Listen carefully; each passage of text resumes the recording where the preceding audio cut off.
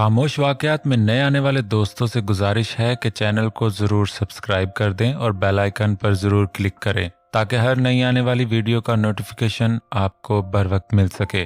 तो चलते हैं आज के एपिसोड की जानिब। काफी दिन गुजर गए। उस दिन के बाद से रेशम ने भी कभी उस घर में कदम नहीं रखा। शावेज ने दिन रात एक करके उस वीडियो को हासिल किया। पुलिस की मदद से इस तरह के जुर्म में शामिल तमाम ग्रुप्स को गिरफ्तार करवाया। ऐसे ही एक आदमी से उसने वो वीडियो हासिल की, लेकिन हमेशा की तरह इस बार भी दिलावर खान के खिलाफ ना कोई सबूत मिला ना कोई गवाह। लेकिन एक बात की तसल्ली थी कि कम से कम वो वीडियो मिल गया था जिससे रेशम की जिंदगी दांव पर लगी थी। उसने रेशम और जैन को ये बात बताई तो उसे लगा उसकी रूह को किसी ने आजाद कर दिया कि इतने दिन से जान सूली पर लटक रही थी। लेकिन जैन ने उसे खुश नहीं होने दिया। उसे शक था कि वो वीडियो उन लोगों के पास अब भी हो सकता है। वो लोग इतना बड़ा खेल खेल रहे थे तो क्या इतनी आसानी से इस वीडियो को हाथ से जाने देते? जरूर उसकी कॉपी उनके पास होगी, इसलिए कोई भी कदम उठाने से पहले सोचना समझना जरूरी है। इस बात ने रेशम की खुशी को बुझा दिया। उसे समझ नहीं आया क्या करे। उसने सोचा रुखशंदा से एक दफा बात करे। जब वो उसके कमरे में आई तो वो उसी शख्स से बात कर रही थी। रेशम एक तरफ रुक कर उसकी बातें सुनने लगी। तुम जानते हो ना वो वीडियो कितना इम्पोर्टेंट था हमारे लिए, ऐसे कैसे जाने दिया तुमने उसे? वो गुस्से से उस पर चिल्ला रही थी, लेकिन फिर दूसरी तरफ से जो कहा गया उससे चेहरे पर मुस्कुराहट आई। तुम्हें जो चाहिए मिलेगा, वो वीडियो मुझे दे दो, अब मैं खुद उसे संभाल कर रखूंगी, वरना क्या भरोसा तुम्हारी वजह से वो भी खो जाए। उसकी बात पर रेशम ने हाथ से अपना दिल थामा। मतलब आजमाइश अब भी बाकी थी। मैंने सोच लिया आगे क्या करना है। दूसरे तरफ से पूछे गए सवाल का जवाब देते हुए उसकी आंखें मुस्कुराई, जबकि रेशम मरे मरे कदमों से वहां से चली गई। रुखशंदा उस आदमी के साथ मिलकर ये खेल खेल रही थी। रुखशंदा का मकसद जैन को हराकर उस घर की मालिक बनना था, और वो आदमी सिर्फ इस दौलत में एक बड़ा हिस्सा चाहता था। उसके लिए सिर्फ रेशम ही काम आ सकती थी। अगर जैन को कुछ भी नुकसान पहुंचाते तो सारी प्रॉपर्टी शाहवेज को मिलती, और अगर वो रेशम को अपनी बीवी मान लेता तो उसके बाद सारी प्रॉपर्टी की हकदार रेशम होती। उनका प्लान शादी करवाकर सब हासिल करने के लिए जैन को मरवाने का था।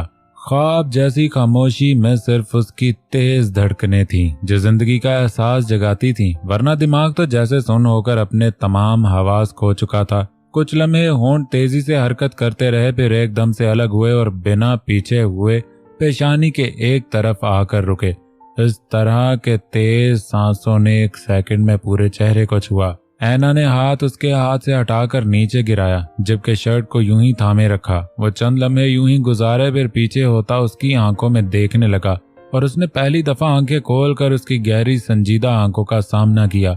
दिल तेजी से धड़कता रहा, फिर भी उसकी आंखों में देखती रही। एक पल के लिए अपनी नाराजगी, अपना गुस्सा, उसकी गलती सब कुछ भूल गया। अगर कुछ सोच पाई तो सिर्फ ये कि इस शख्स को आंखों से दिल छूना आता है। आंखों से अपनी हर कैफियत, अपना हर एहसास जाहिर करके सामने वाले को काबू कर सकता है। शायद इसलिए वो अपनी नाराजगी भूलकर बजाय दूर जाए उसके सहारे से खड़ी थी। चेहरे से नीचे उतरता हाथ गर्दन से कंधे पर आकर रुका। कंधे से दुपट्टा जमीन पर गिराया और धीरे से शर्ट को कंधे से नीचे किया।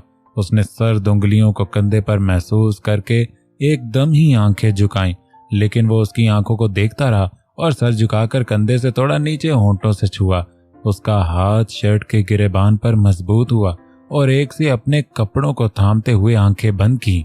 जैन ने पीछे होकर उसके चेहरे को देखा, जैसे अपने हर अमल का रिएक्शन उसके चेहरे पर देखना चाहता हो। उंगलियां कमर पर सख्त हुईं और होंठों से भीगे गालों को छुआ तो शर्ट मजीद खींचती हुई महसूस हुई।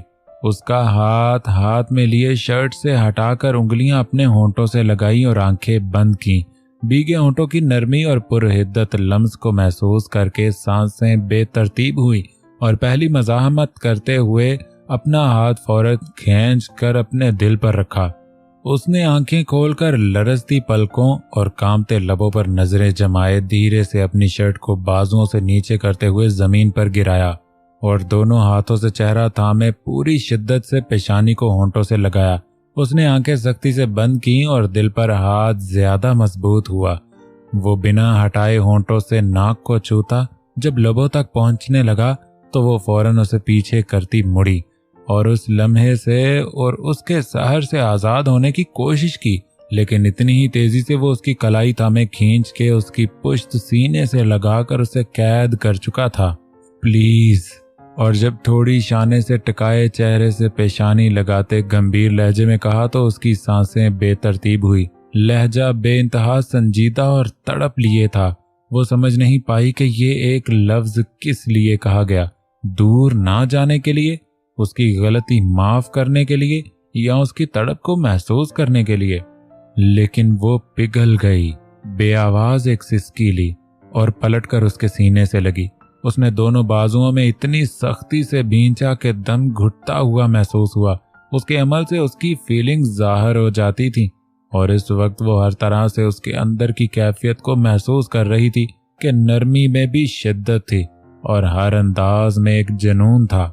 उसे बाजुओं में लिए बेड पर लिटाए खुद उस पर झुका वो उसी जुनून को होंठों के जरिए उसकी गर्दन पर मुंतकिल कर रहा था और उसके हर लम्स पर वो अपनी बिखरती सांसें समेटने की कोशिश कर रही थी। लफ्जों से या अमल से बस वो ये जता कर मनाता था कि तुमसे मोहब्बत है। मनाने में नाअहल हूँ थोड़ा, लेकिन मोहब्बत इंतहा की करता हूँ। वो सुबह सुबह शावेज के कॉल करने पर कि कोई जरूरी बात करनी है ऑफिस आया था और शावेज इस वक्त उसे कोई वीडियो रिकॉर्डिंग दिखा रहा था। जैसे देखते हुए उसकी पेशानी की रगें उभरने लगी थीं। अब तक की हर धुंधली तस्वीर साफ हो गई थी और जोहेब का पूरा सच उसकी आंखों के सामने था, जो हैरत अंगेज था। लेकिन ऐना को लेकर उसके जो इरादे सामने आए थे, उसने जैन के दिल को आग लगाने का काम किया था। उसके ख्याल में भी नहीं था कि वो शख्स ऐना के साथ क्या करने की सोच रहा था। भाभी साहब जिस इंसान को बहुत अच्छा समझती थी, जिसकी इज्जत करती थी, वो उनकी जिंदगी के साथ खेल रहा था, उन्हें उस जहन्नुम में धकेलना चाहता था। उस वीडियो के खत्म होने के बाद भी वो काफी देर तक खामोश खड़ा था। जब उसकी आवाज ने खामोशी को तोड़ा, अल्लाह का शुक्र है जिसने फरिश्ता बनाकर आपको उस जगह भेज दिया और उसकी शैतानी इरादे निकाम हो गए, वरना चाहे ये आदमी जमीन के अंदर क्यों ना छुपा हो, इसे ढूंढो, उसने बहुत बड़ी गलती की है। उसकी बात काटे वो सर्द लहजे में बोला, हम उसका पता लगा लेंगे भाई। वो इंडिया में तो आ चुका है, फिलहाल छुप कर बैठा है, लेकिन कब तक छुपा रहेगा? एक ना एक दिन तो सामने आएगा। बस मुझे एक डर है कि कहीं वो भाभी साहब को कुछ, मेरे होते हुए उसे किसी की बुरी नजर छू भी नहीं सकती। उसे उस आदमी की हकीकत बताना बहुत जरूरी है, लेकिन इस वक्त वो मेरा यकीन नहीं करेगी। पहले उसे ढूंढना होगा ताकि वो खुद अपने मुंह से सच उगले। वो उसकी बात काट के बोला, पैसे का बहुत लालच है उसे, अगर उसका घर नीलाम होगा तो क्या उसे बचाने के लिए आएगा? पर सोच नजरें उस पर टिकाए बोला, सामने शायद ना आए लेकिन बचाने की कोशिश तो जरूर करेगा। वेज ने जवाब दिया, बस फिर बैंक के जरिए अनाउंस करवा दो। लेकिन भाभी साहब, वेज ने बात अधूरी छोड़ी। जानता था इस वक्त ऐना को वो सच तो बता नहीं सकता। मैं संभाल लूंगा, उसने गहरी सांस लेते हुए कहा। नींद से जागी तो वो रूम में कहीं नहीं था। बीती रात के मंजर याद आए तो जिस्म में सर्द लहर सी दौड़ गई। उसकी आंखों को याद करके दिल बहुत तेजी से धड़कने लगा। ऐसे इंसान से कोई नाराज रहे भी तो कैसे? वो बेड से उतरकर जल्दी जल्दी फ्रेश होकर बाहर आई, इस ख्याल से कि शायद वो ड्राइंग रूम में होगा, लेकिन वो पूरे घर में नहीं था। उसकी गैर मौजूदगी पर अजीब से ख्याल ने बेचैन किया कि जो सिचुएशन हो गई थी उसके बाद डरना और बेचैन होना नॉर्मल बात थी। उसने जल्दी से फोन लगाया, लेकिन दूसरी जानिब से उठाया नहीं गया। इस वक्त वो शावेज के साथ था, इसलिए फोन साइलेंट कर दिया था। इस हरकत ने उसे मजीद परेशान किया और वो बेचैनी से उसकी राह देखने लगी।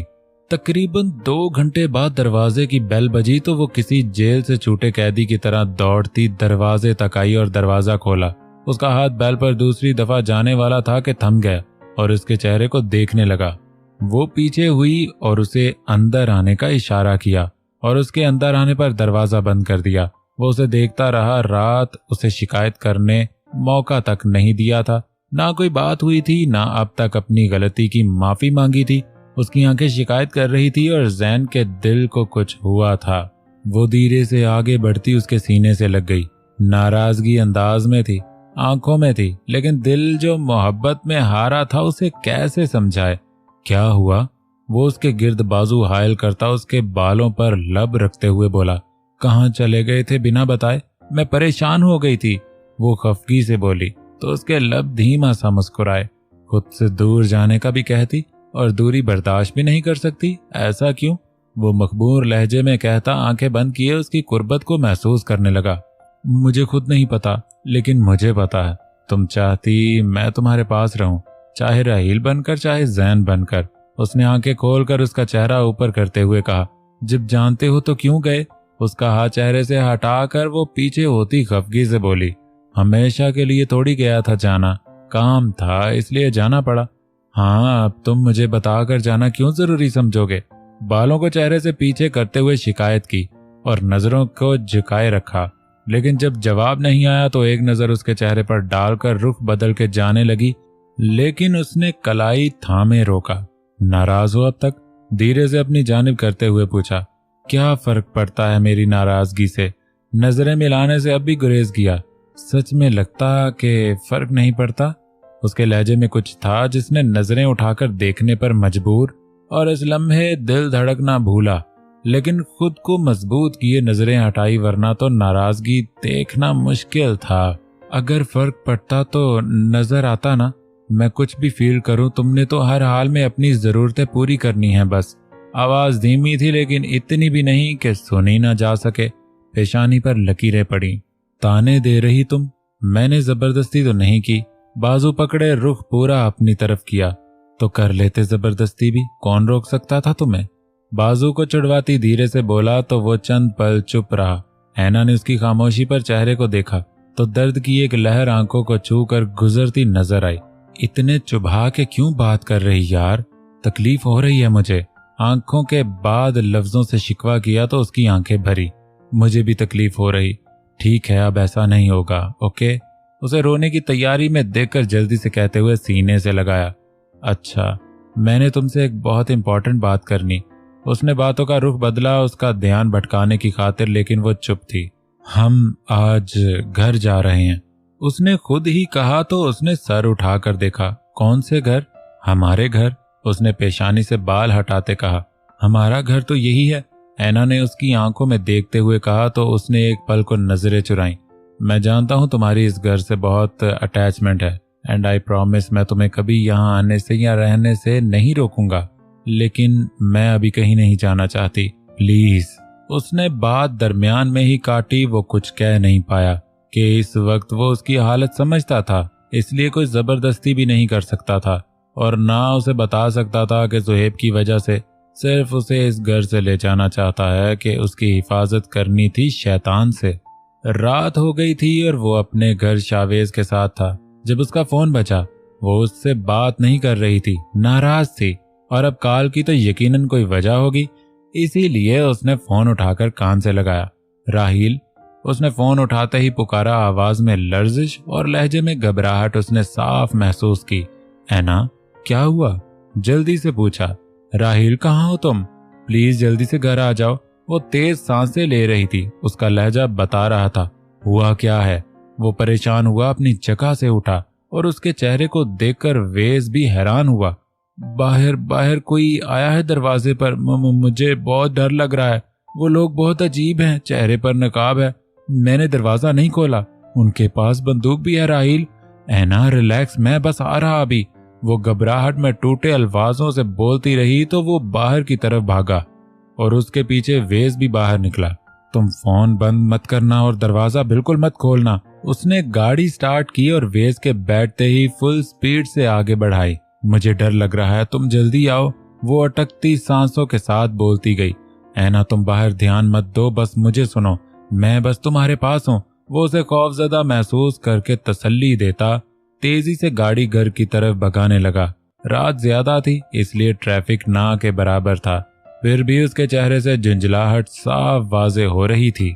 दरवाजे पर मुसलसल दस्तक होती रही। उसने अपने एक कान पर हाथ रखकर दूसरे से फोन लगाए रखा।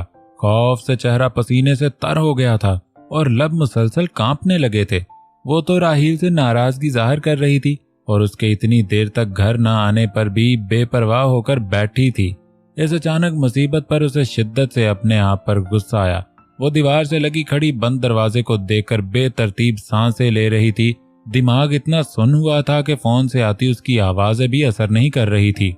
अचानक उसकी धड़कन तेज हुई जब उसने खिड़की पर किसी की मौजूदगी को महसूस किया। उसकी आंखें खौफ से फैल गई, शायद वो खिड़की के रास्ते अंदर आने लगे थे।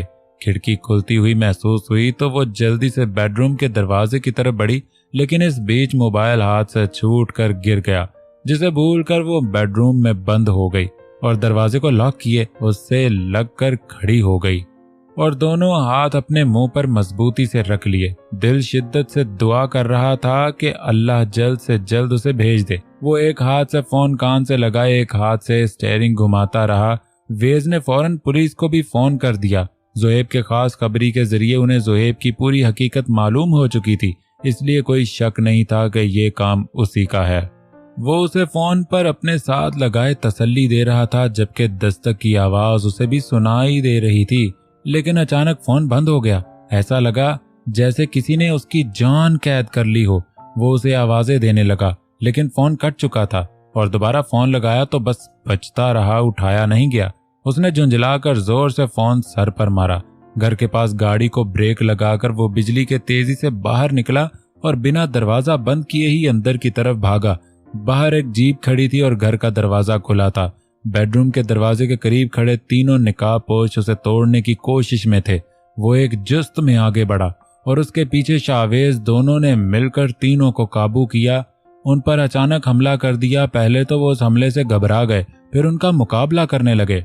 चंद ही मिनट बाद पुलिस भी वहां पहुंच गई और उनको रोकते हुए उन गुंडों को पकड़ कर ले जाने लगी। लेकिन वो जुनूनी कैफियत में अपने सामने खड़े शख्स को मुंह पर वार किए जा रहा था। उसे छुड़ाने की कोशिश करने वालों का भी उस पर कोई असर नहीं हो रहा था और आदमी अधमुआ हो चुका था और चेहरे से नकाब भी हट चुका था। भाई प्लीज आप उसे छोड़ दीजिए, आप भाभी साहब को देखिए, उसने बमुश्किल उसके शाने पर दबाव डालते हुए कहा तो वो होश में आया और उसे धकेल कर बेडरूम के दरवाजे की तरफ बढ़ा। ऐना, उसने दरवाजे पर दस्तक देने के साथ उसे पुकारा। इंस्पेक्टर उन लोगों को लिए बाहर गया। Aina open the door, it's me. उसने अपनी मौजूदगी का एहसास दिलाया तो उसने फौरन दरवाजा खोला और उसके सीने से लग गई और फूट फूट कर रोने लगी। वो उसे खुद में भींचे अपने धड़कते दिल को पुरसकून होते महसूस करता रहा, जो कब से बेचैन था। कितनी ही देर वो उसे रोने देता रहा ताकि वो अपने खौफ से आजाद हो सके। फिर उसी तरफ साथ लगाए अंदर की तरफ बढ़ता बेड पर बैठाया। रिलैक्स हो जाओ, कुछ नहीं हुआ। उसका चेहरा पीछे किए, बालों को पीछे करते हुए कहा। वो लोग चले गए, उसने खौफजदा नजरों से दरवाजे को देखते कहा। उसने सर हिला दिया। मुझे नहीं पता राहेल कि वो कौन लोग थे, लेकिन उसने घबराकर सांस निगलते हुए कुछ कहना चाहा तो जैन ने उसके होंठों पर उंगली रखकर उसे चुप रहने का इशारा किया। रिलैक्स, कुछ मत सोचो, उसका सर अपने कंधे से लगाते हुए कहा और अपनी सुर्ख आंखें बंद करके खोली। अब तक जोहेब पर गुस्सा सिर्फ अपने लिए था, लेकिन अब उसके इरादे जानने के बाद और ऐना की हालत देखने के बाद उसके दिल में नफरत की आग जलने लगी। उसका दिल चाहा वो उसी वक्त जोहेब को उसके अंजाम तक पहुंचाए, लेकिन वो छुप कर बैठा था। उसने ऐना को अलग करते हुए उसकी आंखों के किनारों को अंगूठे से छुआ और फिर वही हाथ आगे ले जाते बालों को कान के पीछे किया।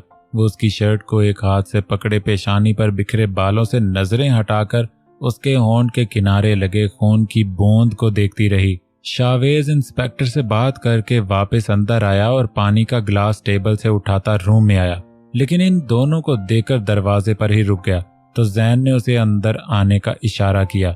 उसकी आमद पर वो उसकी शर्ट से हाथ हटाती पीछे हुई। आप आराम से पानी पी लीजिए और आपको घबराने की जरूरत नहीं, वो लोग आपको कुछ नहीं कर पाएंगे। उसने ग्लास उसकी तरफ बढ़ाते हुए अपनाइयत से कहा तो वो हैरत से उसे और फिर जैन को देखने लगी, जो बेखबर अंगूठे से होंठ के किनारे को रगड़ रहा था और फिर से नजरें उस अजनबी चेहरे को पहचानने की कोशिश करने लगी, जैसे आज वो पहली दफा देख रही थी। उसकी नजरों को पढ़ के वो मुस्कुराया। हमारा इंट्रोडक्शन नहीं हुआ अभी तक। मैं शाहजेन का भाई हूँ, लेकिन आप मुझे अपना ही भाई समझे। उसने ऐना की उलझन सुलझाई तो उसने जैन की तरफ देखा, जो अब उसे ही देख रहा था। वो उसे देखकर ना कुछ कह पाई और ना ही मुस्कुरा पाई, और ये बात वेज बखूबी समझता था कि उसकी कंडीशन क्या है। भाई मुझे लगता है आपको अपने घर शिफ्ट हो जाना चाहिए, वहां ज्यादा सेफ रहेगा। उसने बात का रुख मसले की तरफ किया तो उसने हैना को देखा। लेकिन वो कौन लोग हैं राहील, और वो लोग यहाँ क्यों आए थे? क्या वो मुझे मार देंगे? वो घबरा कर बोलती उसे देखने लगी। उसने फौरन सर नफी में हिलाते उसे रोका। ऐसा नहीं है, हो सकता है किसी बिजनेस कंपटीटर ने मुझे ब्लैकमेल करने के लिए ये सब किया हो। तुम टेंशन मत लो, हम कल अपने घर शिफ्ट हो जाएंगे, ओके? वो फिलहाल उसे ज़ुहैब के बारे में नहीं बता सकता था, इसलिए उसे पुरसकून करने में तसल्ली दी। अच्छा भाई, मैं निकल रहा हूं फिर। शावेज ने घड़ी पर नजरें डालते हुए कहा। आप लोग अपना ख्याल रखिएगा और कभी भी जरूरत हो तो कॉल कर लीजिएगा। खुदा हाफिज। उन दोनों की तरफ देखते हुए कहकर आखिर में ऐना को देखकर मुस्कुराते हुए कहा तो वो फीका सा मुस्कुराई।